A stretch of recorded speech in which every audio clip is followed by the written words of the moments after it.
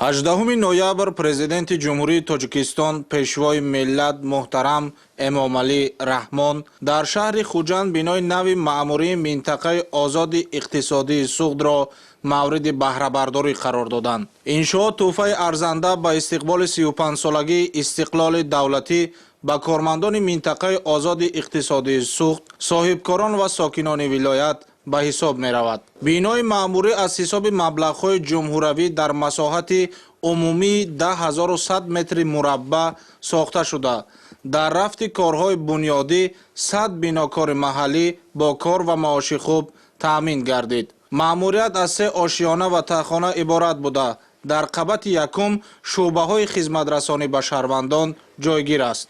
ошиёнаҳои болоӣ дорои толори маҷлис, ҳуҷраҳои роҳбарият ва ёрирасон буда, бо таҷҳизоти насли нав муҷаҳҳаз гардонида шудааст.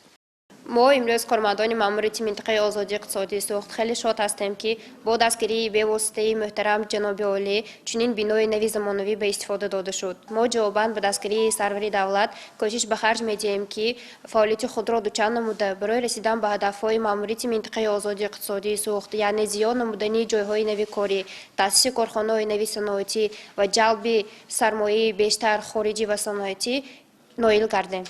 дар бино толори алоҳидаи хизматрасонӣ мавҷуд аст, ки дар он соҳибкорон бо истифода аз шабакаи интернет аз хизматрасониҳои алоҳидаи саноатӣ истифода мебаранд.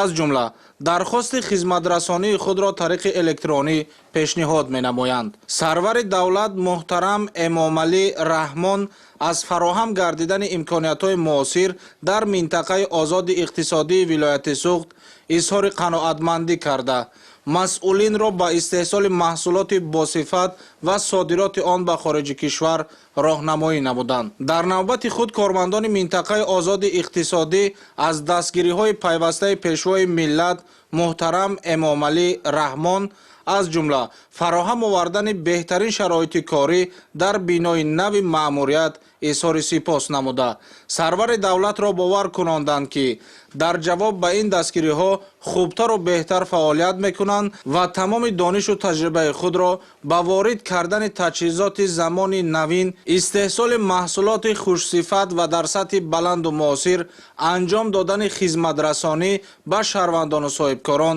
равона менамоянд. саҳни бино пурра сабзкорӣ гардида, дар он фаввора ва нишастгоҳҳои замонавӣ бунёд ёфтааст. ҳамчунин барои нақлиёти хизматӣ таваққуфгоҳ ва иншооти дигари ёрирасон сохта шудааст.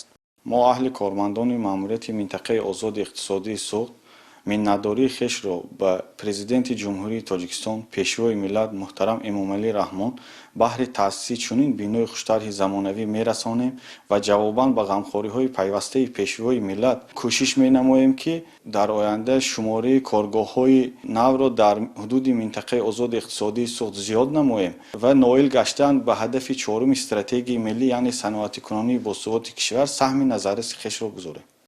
дар саҳни бино намунаи маҳсулоти 48 корхонаи минтақаи озоди иқтисодии суғд ба намоиш гузошта шуд. таҷҳизот ва маснуоти гуногун, ки дар корхонаҳои истеҳсолии ҳудуди минтақаи озоди иқтисодӣ коркард ва тавлид мегарданд, бо тамғаи истеҳсоли Тоҷикистон ба бозорҳои дохилӣ ва хориҷӣ пешниҳод мешаванд. ин иқдом дар кори шиносоӣ ва муаррифии ҷумҳурии Тоҷикистон дар хориҷи кишвар нақши арзанда мегузорад.